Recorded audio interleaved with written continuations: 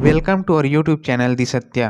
तो गाइस, आज की वीडियो में हम जानेंगे कि व्यापम की तरफ से 300 पदों पर हॉस्टल वार्डन के पदों पर आप ऑनलाइन आवेदन किस प्रकार से कर सकते हैं, इसी के बारे में चर्चा करेंगे। दोस्तों, सबसे पहले आपको अपने पीसी या हैंडसेट से कोई सा भी ब्राउजर ओपन कर लेना है। उसके बाद आपको सर्च बार में सीजी व्यापम लिखकर सर्च कर देना है। जैसे ही उसके बाद आपके सामने इस प्रकार से छत्तीसगढ़ व्यावसायिक परीक्षा मंडल की ऑफिशियल वेबसाइट ओपन होकर आती है। यहाँ पर आपको ऑनलाइन एप्लीकेशन फॉर्म पर क्लिक करके आगे बढ़ जाना है।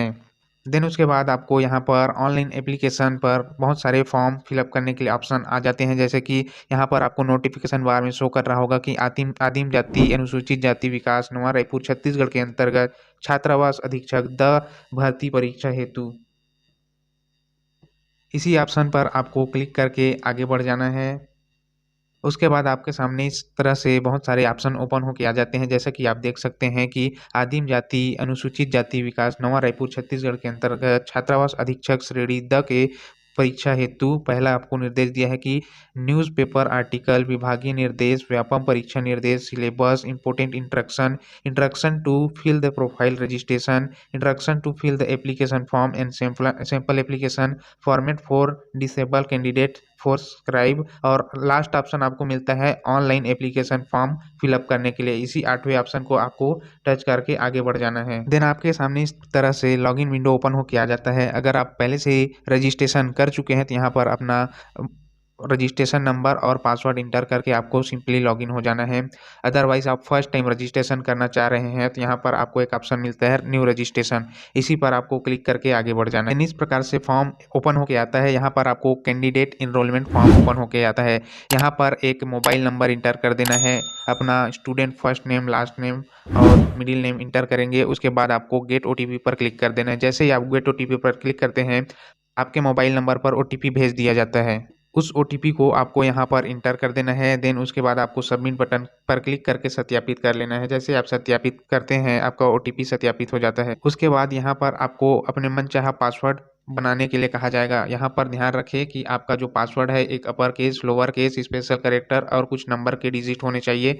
और उसके बाद आपको कंफर्म पासवर्ड पर क्लिक करके इंटर करके आपको सबमिट पर क्लिक कर देना है। उसके बाद कैंडिडेट को यहाँ पर अपनी बेसिक सी जानकारी देनी होगी। जैसा कि आप देख सकते हैं, कैंडिडेट को यहाँ पर अपना नाम इंटर कर देना होगा। उसके बाद रिलेटिव टाइप में अपना फादर मदर जो भी सिलेक्ट करना है उसको सिलेक्ट कर लेंगे।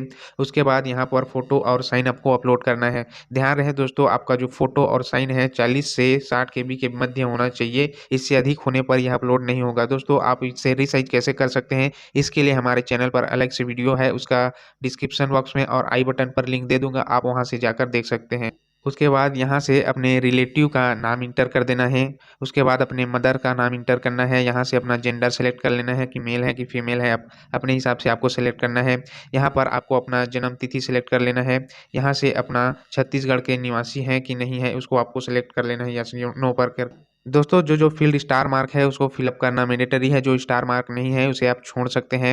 यहाँ पर आपका पारिवारिक वार्षिक इनकम पूछा जा रहा है तो इसको आपको इंटर कर देना है, जितना भी आपका वार्षिक फैमिली का इनकम है।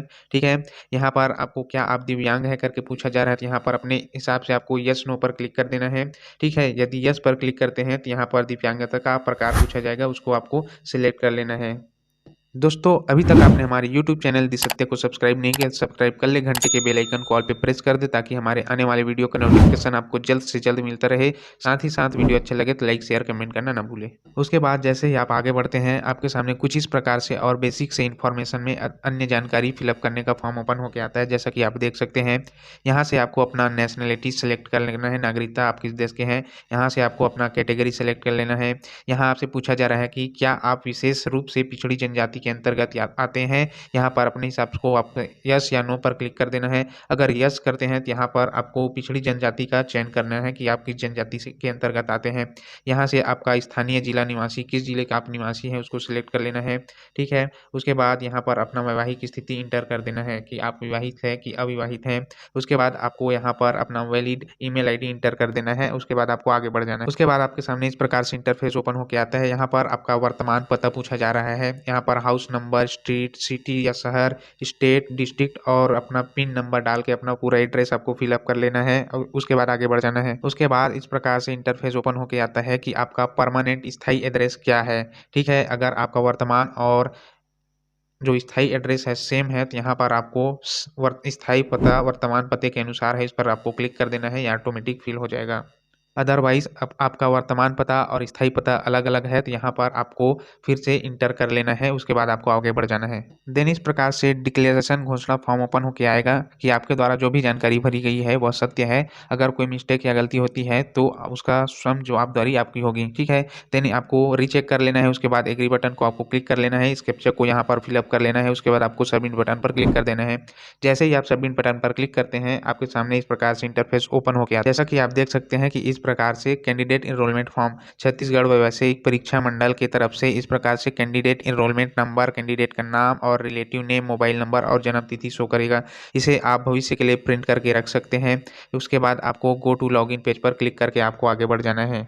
दोस्तों जैसे ही आप आईडी पासवर्ड डालकर लॉगिन करते हैं, आपके सामने इस प्रकार से इंटरफेस शो होता है। जैसा कि आप देख सकते हैं, यहाँ पर आपको होम बटन, चेंज पासवर्ड और कॉन्टैक्ट का ऑप्शन मिलता है। यहाँ पर आपके प्रोफाइल में कुछ ऑप्शन शो होते हैं। दोस्तों सबसे पहले आपको काम करना है कि आपका जो आधार वेरीफाई कर लेना है आपके प्रोफाइल में, क्योंकि रजिस्ट्रेशन करते समय जो भी डिटेल आपने फिलअप किया है आधार कार्ड के अनुसार और 10th के मार्कशीट के अनुसार ही फिलअप किया होगा, ठीक है? यहाँ पर आपको अपना आधार वेरीफाई कर लेना है। गलती से भी आपको डी लिंक आधार पर क्लिक नहीं करना है। अगर आपका मल्टीपल प्रोफाइल बन गया है तो उसे आप मर्ज प्रोफाइल पर क्लिक करके मर्ज कर सकते हैं प्रोफाइल को, ठीक है? यहाँ से आप अपने मोबाइल नंबर को अपडेट कर सकते हैं। दोस्तों उसके बाद आपको आगे बढ़ जाना है। दोस्तों एक बार प्रोफाइल बन जाने के बाद आपको दोबारा रजिस्ट्रेशन करने की आवश्यकता नहीं होगी। उसके बाद व्यापम के द्वारा जो भी वैकेंसी निकाली जाएगी यहाँ पर आपके इस डैशबोर्ड के पोर्टल पर आपको शो करेगा। दोस्तों यहाँ पर हम हॉस्टल वार्डन के लिए फॉर्म ऑनलाइन अप्लाई करने जा रहे हैं, तो यहाँ पर आपको ऑप्शन मिलता है हॉस्टल वार्डन का। यहाँ पर आपको एक अप्लाई बटन का ऑप्शन मिलता है, इसी अप्लाई बटन को आपको क्लिक करके आगे बढ़ जाना है। जैसे ही आप अप्लाई बटन पर क्लिक करते हैं, ये पेज थोड़ा सा लोडिंग लेगा, उसके बाद आपके सामने कुछ इस प्रकार से इंटरफेस ओपन होके आ जाता है, जैसा कि आप देख सकते हैं। दोस्तों जैसा कि आप देख सकते हैं कि application form for hostel superintendent category D recruitment examination 2024 के लिए इस प्रकार से इंस्ट्रक्शन आपको शो करेगा। इस इंस्ट्रक्शन को आपको केयरफुली रीड कर लेना है। दोस्तों ऑनलाइन आवेदन के साथ अभ्यर्थी की जन्म तिथि या उससे संबंधित कोई भी प्रमाण पत्र आपसे नहीं लिए जा रहे हैं। यह काउंसलिंग के समय आपको यह संपूर्ण दस्तावेज आपको उपलब्ध होकर वेरिफिकेशन कराना होगा। अगर आपके द्वारा कोई भी त्रुटि हो जाती है तो आपको अलग से 3 दिवस का समय दिया जाएगा उसको सुधारने के लिए। ऑनलाइन आवेदन फॉर्म सबमिट हो जाने के बाद आपको उसका प्रिंट आउट अवश्य लेकर रख लेना है भविष्य के लिए। आवेदन भरने के पूर्व आपको विभाग के द्वारा जो भी निर्देश दिए हैं उसको केयरफुली रीड कर लेना है कि आप पात्र हैं कि नहीं। दोस्तों एक बार मैं आपको फिर बता दूं कि जो स्टार मार्क है उसको फिलअप करना मैंडेटरी है, जो स्टार मार्क नहीं है उसे आप छोड़ सकते हैं। दोस्तों तो जैसा कि आप देख सकते हैं यहाँ आपसे कहा जा रहा है, पूछा जा रहा है कि क्या आप किसी मान्यता प्राप्त मंडल से हायर सेकेंडरी 10+2 कक्षा उत्तीर्ण है, मतलब 12th कक्षा उत्तीर्ण है कि नहीं, ऐसे करके पूछा जा रहा है। यहाँ सिंपली आपको यस या नो पर क्लिक कर देना है।